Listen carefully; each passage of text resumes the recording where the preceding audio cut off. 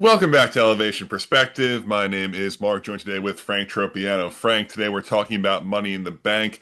Before we talk about this very short four-match card, I know you want to talk about the release of R-Truth first. Frank, I'll give you the floor. I just don't get it.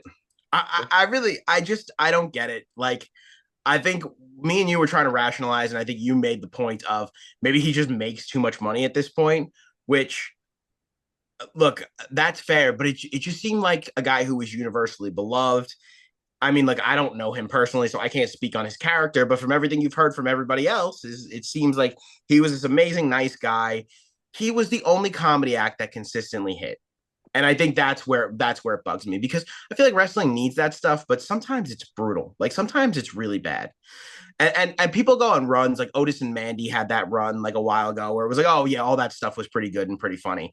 But Truth has been on a 15-year run, or I don't know when he got to WWE. I don't know exactly what the year was, 13 years or something like that. But however long it's been now, it's just been whenever he like kind of shifted into that joke role, he just really hit. So And it's the timing of it, where if it was last month, I think we'd all be like, oh, that's sad, but all right, like Truth had a great run. But a week ago, he was in a main event match with John Cena. The month before that, he interfered with a Randy Orton John Cena main event match. So to be in this prominent position and now to be let go, it doesn't compute. It doesn't make sense. it's really I don't when cuts come around, right? I always feel bad for the talent, obviously, but I am also of the opinion of okay, if this person was cut, they were never going to be utilized the way you as the fan wanted them to be utilized, and now they do get an opportunity to go. Like we were talking about WWE, even the lowest salary people are making the top money in the industry. Like this is a chance for them to go and grow their brand. They have that WWE rub now. They'll get hired other places. You know what I mean? And again, not to like celebrate people losing out on money and a paycheck, but the idea is always they have the ability to go out and make more money. They're not dead in the water. So it's a good opportunity, even if you want to take some positive with the bad, right?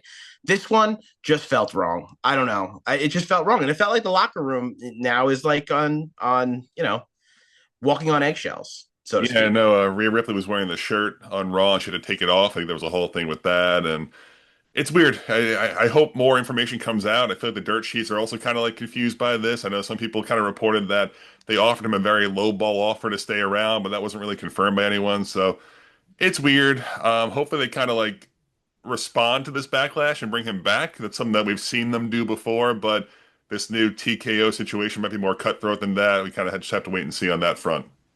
Yeah, I mean, look, people were chanting his name in the main event. And it was a main event with CM Punk in it. It wasn't like some backwater main event that they put together. It was CM Punk, it was AJ Styles, and El Grande Americano won it. And we'll get into that in a few minutes, but it he's a big deal, and I hope that this Monday kind of brought that around. We'll see what the reactions are like on Friday. I don't expect it to stop. I don't expect it to be as consistent as Punk was, that it will reign through the WWE for 10 years, but I don't expect it to stop over the next month or so. And I if it's happening during one of these Money in the Bank matches, it's not good. That's not a good look for TKO, in my opinion, but they don't care what I think. No, exactly. The sad reality is I believe it was CM Punk's famous line, "The spoke in the wheel." Like it's gonna go on. We're gonna be upset, like you said. It'll probably be a few more weeks, and then sadly, the reality is people are gonna forget about it or not care as much, and that's brutal. Like we're saying, that's really sad for our truth, but it's the reality of the situation. But let's move past truth now and go into Money in the Bank. The first match here on this four-match card I want to talk about is Lyra Valkyria, the champion, taking on Becky Lynch, the challenger. It's a rematch from the last big premium live event when these two went at it the first time. Frank, who do you have winning this match? Becky Lynch. Yeah. Yeah, I want Lyra to win. I actually think she and shout out to Becky for making this happen. But Lyra's character has grown infinitely in the Yep. last month. She's become a very likable babyface, and so I'd love to see her keep it rolling for her. Excuse me, but I just think that they're probably going to give it to Becky, and like I'm okay with that. But please don't kill Lyra now. Like don't now take all this momentum that you got and stop it, right? Like she's got to still be involved in big feuds and be present on Raw. Yeah, I think the question here is, are they done with this feud? Because if they're done with this feud, then you just have Lyra win and you move on. But it feels like this is a trilogy of sorts. It feels like we're not going to give Becky Lynch two consecutive losses here on premium live events, big spots like that. So I'm going to take Becky as well. I'm sure it'll be a really, really good match. Becky's going to cheat, do something very heel-like, very cowardly to win this title. And then I envision Lyra eventually going over to end this feud. That feels like the way they're setting this up. They should absolutely do it. And if this is a Becky win and then Lyra gets the belt back, I'm fine with that. You know what I mean? Like if that's how they go and do it, just keep the momentum on Lyra because she's clearly shown that she can be something. And I think that's a trend in this women's division, which we'll get to when we get to the Money in the Bank match. But it's good. We're having a really like positive growth from the few people that they brought up. So let's keep that going. Let's not stop that. And I think that is realistic because I feel like just having Becky Lynch hold this belt for a month adds credibility, makes the announcers be able to say Becky Lynch held that belt, whatever it might be. So we've seen WWE do that before, and I feel like now is a pretty good opportunity. So we'll both take Becky Lynch here. Moving on to Cody Rhodes and Jey Uso versus John Cena and Logan Paul. This is such a weird match to me. I'm like seeing how this is all. Of course, it all makes sense the way they set it up at Saturday Night Main Event, but what an odd match. I love John Cena's involvement with Logan Paul and like the fact that they're on the same side. That being said, that's like the only thing I like about this match because that promo that John cut where he's talking about Logan Paul being so great at wrestling, but like he's doing it in a way where it's like I know that you all are pissed off by me saying this, and Yeah. I thought it was really entertaining and it was a way to make something of this match. But they're both not defending. I couldn't Jay defend? Like, couldn't we get someone else to be Cody's partner? I don't know. That's the question that I'm asking. Jay then, of course, is going to go on and face Gunther on Monday after Raw, and now the Money in the Bank briefcase is going to be in play. So, I mean, I've been saying it to you and the heel for a few months now. Jay's involved in every major storyline, every male major storyline in WWE right now. And so I think that the story that they're writing here is there's just too much on his plate, and eventually it's going to fold. Gunther has been beating that drum. Seth Rollins has been a one-track mind towards the championship. So I think you have they've set up that story good for Jay to lose and still look pretty strong doing it. But I'm not saying Jay is definitely going to lose on Monday either. No, that's fair. And I thought it was really cool, actually, the way they got John involved with Jay backstage at the Premium Live event, the Saturday Night Main event, where he was kind of like, you know how much pressure's on you right now. You're going to lose out there. I'm going to make sure you lose out there. And it was kind of cool, like the way but then that set up to get us here, where I thought, and of course they weren't going to take the belt off Jay just yet, but I thought it would have been so much more impactful if John did screw Jay. If John went out there and cost Jay that title. I felt that could have been a really cool moment, but now we're kind of just doing this tag team match. And like you said, now we're having both John and Jay in this tag team match, not defending their belts. And I know initially you were big into this of a CM Punk versus John Cena match at Money in the Bank because of the history there. And now we're not really getting anything exciting. We're getting a tag team match. No CM Punk on this card at all. Now, do I believe that CM Punk's not going to be there? Probably not. We'll get to it though. It's going to become my line this episode. So who do you have winning this match? I'm going to take the baby faces. This is a way for Cody to get one over on John. I think he probably should get it after not being around for a month. Logan and John are not hurt by a loss here at all. I think it's easy for the baby faces here. Yeah, that seems real to me. I feel like John just kind of keeps losing unless the title's on the line. So makes a lot of sense. I'm with you there. We will both, unfortunately, agree. Back-to-back matches there. I feel like we'll be different in the Money in the Bank matches, but Look, if we go 6 for 6, if we go 4 for 4 with two 6 participant matches, that would be really something. so we'll both take Cody and Jey Uso there. On to our women's Money in the Bank ladder match next here. Some interesting names. We have Alexa Bliss, Roxanne Perez, Rhea Ripley, Julia, Naomi, and Stephanie Vaquer. Frank, I'll let you go first here. How do you feel about the field? Who do you think wins this match? This for me is an anyone but Rhea match. Realistically, I don't think Julia is going to win either. I don't think Rhea is going to win. I think the other four all have legitimate cases. I'm going back and forth. I feel like you either strap the rocket to Stephanie Vicar. How do you pronounce it? I'm saying Vaquer, but we'll see. I think we have to Oh, watch a few more times, see how Cole yeah, pronounces. we're gonna have to listen to Michael Cole.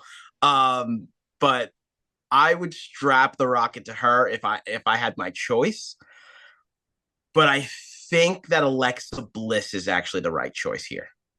Are you enjoying like it's not really kind of been told yet, but whatever Alexa Bliss has going on with Charlotte, whatever like that kind of story's going? Yeah, that's super interesting in the background right now. I don't think that has to affect this match, but it could definitely keep her from winning the Money in the Bank. I also want to point out that I am in on Naomi winning. I don't think they're going to do it, but I am very in on Naomi winning this match. Like very, I've very seen in. that a lot on the internet right now. I think a lot of people are getting behind her. I don't really, not that I don't get it. Naomi's really impressive, really talented. I just don't really know if right now is the time for that. I just think she's done a really great job of recreating this character, and this is, we always say, right, that the Money in the Bank briefcase props up the heel in the best way possible. You know what I mean? And so she's on this heel run after being like this glistening baby face for so long, right? Her with that briefcase, with the work she's doing, her character's kind of funky. It's kind of weird, but it's good. Like it's a good weird. You know what I mean? Like it's a good crazy. She's doing a really great job with it, and so giving her the Money in the Bank, I think, you're giving it to a vet who knows what they're doing. That works too. So you're gonna pick Alexa Bliss, but you can see Naomi winning. I could see, yeah, any of the four girls that aren't Rhea and Julia, and even Julia, I'm like, listen, if they decide last minute that No. that Stephanie came on so strong and maybe Julia hasn't come on as strong, then Roxanne would be perfect. I think that they can do no wrong with this match as long as they don't give it to Rhea. They did a little spot there with Julia, like kind of talking to Zelina Vega backstage, implying that she's going after her title. So I feel like that pretty much eliminates her from this match. I know you're very, very against Rhea Ripley winning this match. It doesn't make much sense to give it to Rhea at this stage. I'm gonna go Roxanne Perez. I feel like she's really impressive, really interesting. She has this little thing going on with Dom. I think you put the briefcase on her, make Liv jealous. That could be a whole interesting storyline. And she's like 23 years old. She's awesome. I feel like you're talking about put the rocket on Stephanie. I think you put the rocket on Roxanne here. Unfortunately, especially for the women, they don't really tend to hold the briefcase too long, but it's not a terrible thing in this situation. She can just go ahead and become the champion next month, whatever they decide to do. But I will take Roxanne Perez. Okay. Like I said, I like the pick.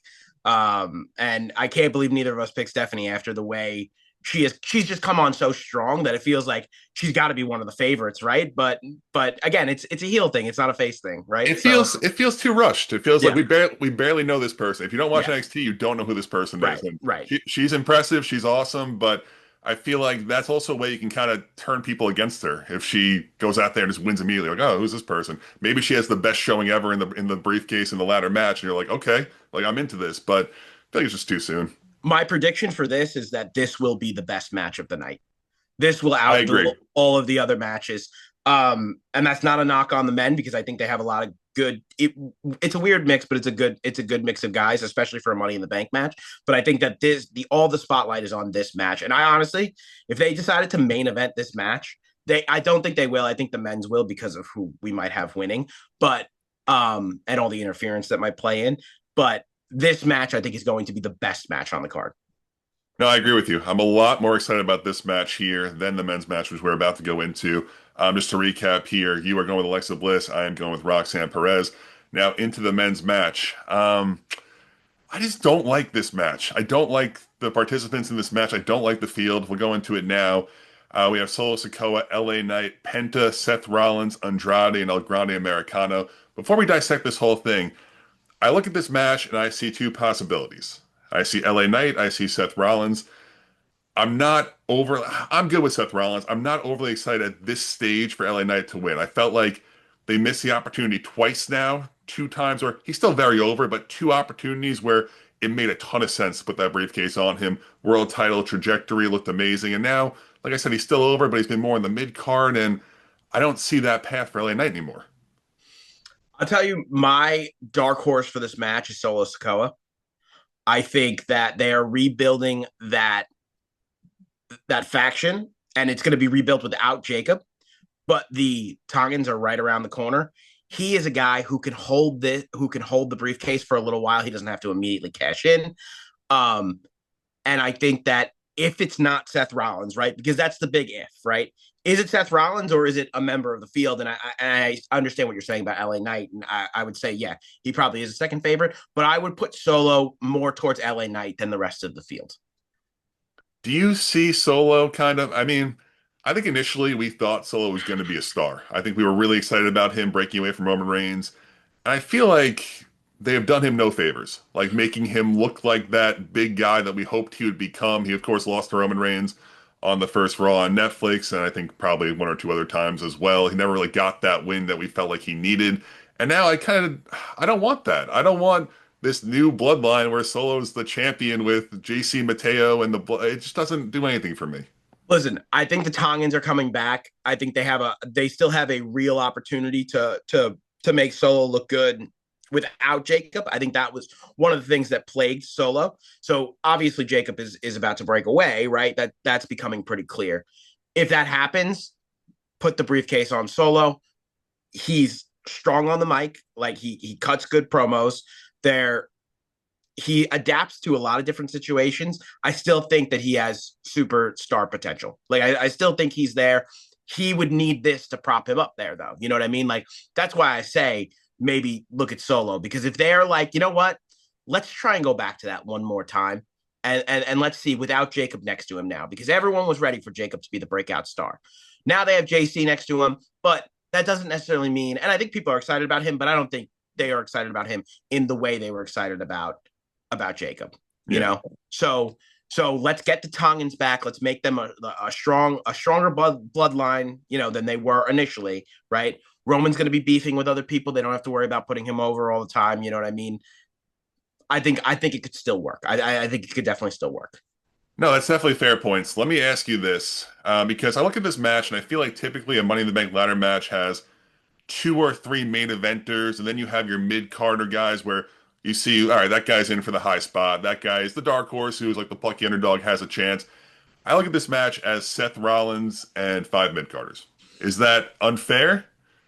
I think it's unfair, and I'm going to tell you for obviously I've said what I've said about Solo, but he's clearly a mid carder right now, right? I still think he can rise above that. LA Knight is one of those guys who's, yes, he's a mid carder, but anytime you put him in a main event match, he's a main eventer. So I feel like he is a main eventer. And then the other guy who's been pushed to the moon since he got here is Penta, where it's like, let's see, he's going to shine in this match. Like he's going to be great in this Yeah. match. He's going to come out looking roses. I don't think he wins this match. But I do think maybe it's slightly unfair, but you could say that the field is maybe less than other Money in the Bank ladder matches have been too. I think that it's going to be a highly entertaining match though, with the people that they have in it. You know what I mean? Like it's a good mix of talent for a Money in the Bank match. Okay. So you are going to take Solo Sikoa here? Honestly, I'm actually gone back and forth, right? Because my whole thing is it's two questions you have to ask yourself, right? First off, is Seth Rollins going to win this match, right? And if your answer is yes, then you can stop there. My answer is yes. Okay. So then I will for the argument's sake go against the Seth Rollins pick, right? Just to be different, because also I could see it happening. They just screwed Punk over in his chance to move on, right? He's going to be there on Saturday night. There's no question in my mind. He's going to be there on Saturday night. They are going to do everything in their power to stop Seth Rollins from winning that. And now, the Seth Rollins' faction would look great if they were able to overcome it and Seth still climbs up the ladder and grabs the briefcase. And I think that's as realistic as a possibility as anything else. But I also think that there's a world where they do stop him and they keep this going. Seth Rollins doesn't need the Money in the Bank briefcase to be in the World Heavyweight Championship picture. He will eventually capture that belt. I have no doubt in my mind. So that's why I say, like, we don't need to ever do the Seth Rollins thing. You know what I mean? He's he's a superstar, and he just doesn't need it. Right. And I love the idea of the Money in the Bank being used to prop somebody up who's maybe in a lull or like a young talent, right? So if Seth isn't winning, then the second question you have to ask yourself is, well, then who? And I think you're right. I think LA Knight could do it, but I'm going to take Solo Sikoa. Okay. Do you remember the Elimination Chamber that everyone hated when Shayna Baszler eliminated every girl, and Yeah. it was really tough and no one enjoyed it? I'm I kind of think that's going to happen in this match where Braun and Bronson come out and just kill everyone and Seth climbs the ladder. I think they have to have like a little bit of a match first, but I think eventually Yeah, no, for that sure. It won't be out of the gates, but that like can be the end. So you're saying no Punk, no Sammy, no Jay, because Jay is involved in this too. I don't know. No, I mean they should probably be on the card in some capacity. I don't think Jay. I don't think Jay in the ladder match.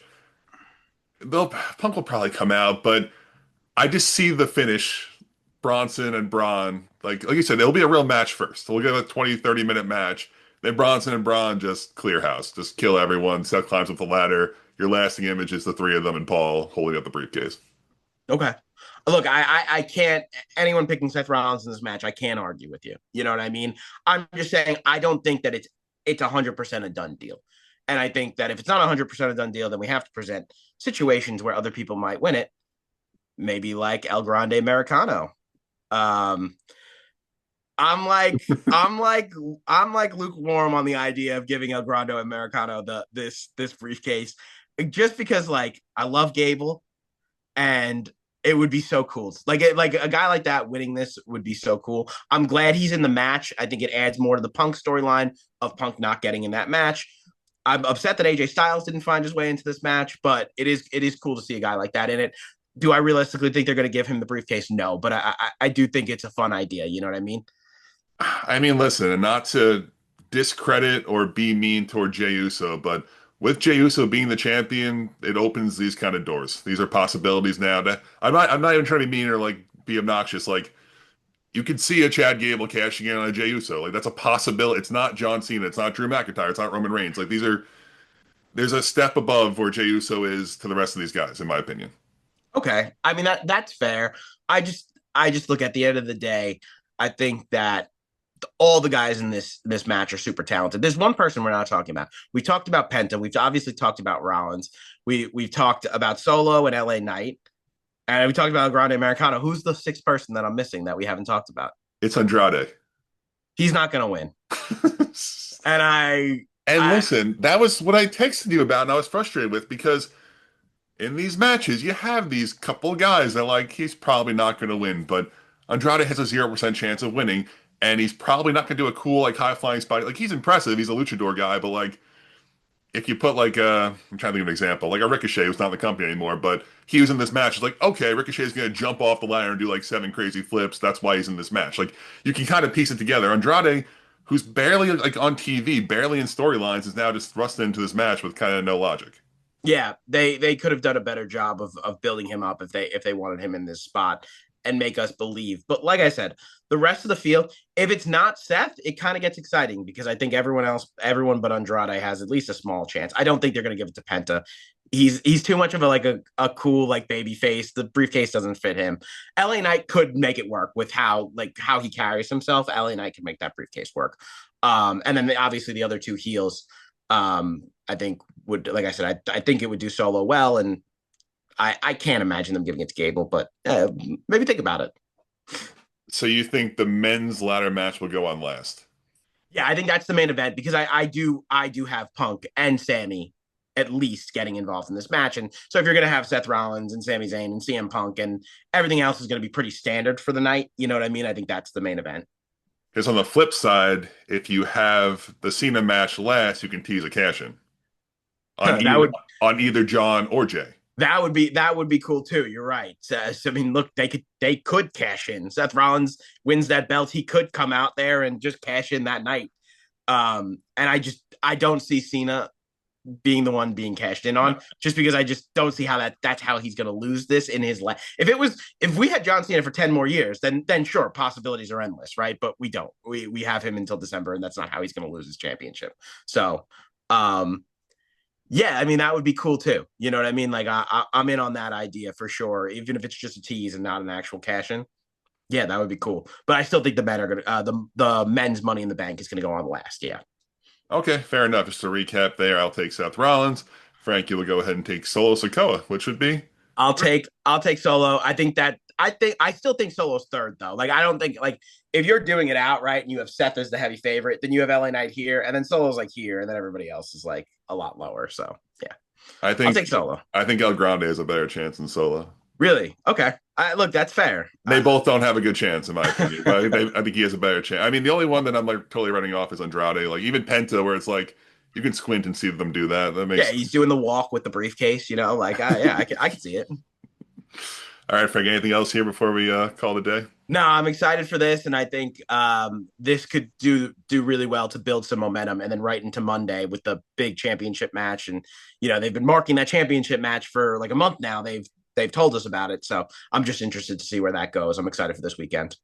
Hopefully, it's a great show with some fun excitement. Frank, it's been really fun. We'll come back here on Monday, recap it, see if we're happy with the winners. Thanks for watching. Everyone, have a great day.